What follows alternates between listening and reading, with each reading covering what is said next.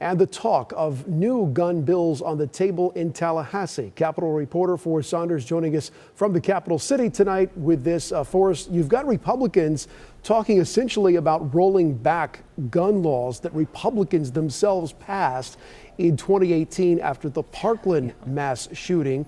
You spoke with Republican leadership in the Senate this week. I'm just wondering, is there a consensus on actually doing this, or is this just a faction of lawmakers who want to make some headlines? Well, that's what the critics will say, right? That these are lawmakers who are running for Congress, and so they are just trying to drum up support in red-leaning congressional districts ahead of those special elections. But what we're hearing from some of the Senate leadership, specifically the new Senate president, is a couple of those laws are a no-go. Check it out. When it comes to Florida gun laws, state lawmakers eyeing three big changes next year. Permitless open carrying of firearms, dropping the buy age to 18, and getting rid of risk protection orders, also known as red flag laws. They allow cops and families to petition a judge to confiscate weapons from a person deemed a threat. We really need to go back and look at red flag laws.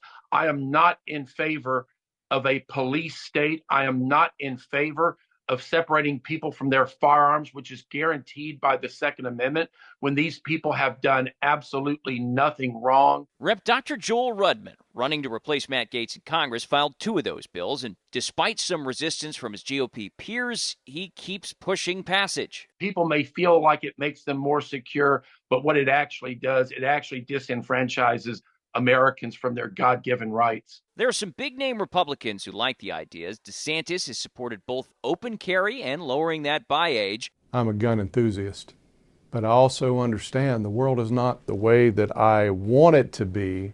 The world is the way it is. Senate President Ben Albritton pouring cold water on the ideas Tuesday. The lifetime NRA member and fellow Republican wants more research on purchasing before weighing in.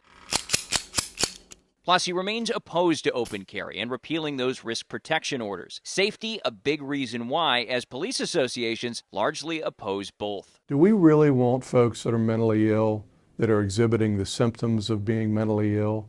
And I mean in real terms.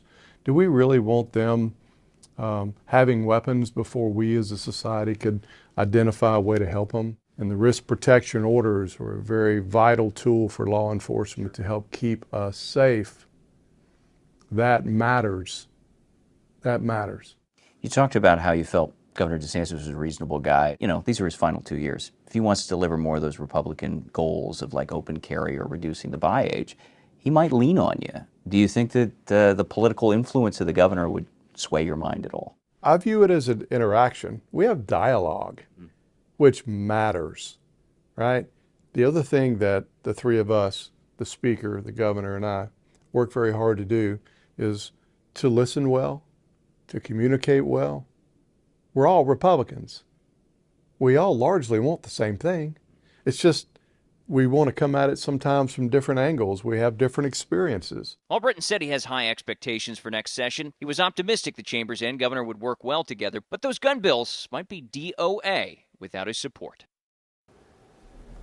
Okay, so we talked to Albritton for like 30 minutes, and he covered a whole lot of other topics, including insurance. He talked about some of his other big goals, but I think one of the biggest is putting a spotlight on rural Florida. He feels like it's been left behind, doesn't have the representation it deserves, and so he'd like to do more to connect it to medical care. He'd like to bolster food insecurity out there, and also ensure that urban Florida and rural Florida can be good bedfellows moving forward. We'll have to see if those bills get a lot of traction, but given that he's the Senate president, there's a high likelihood. Yeah, that's the latest out here, Paul. A lot of things to do between now and March. Forrest Saunders joining us from Tallahassee. Forrest, thank you. All right, let's get a check.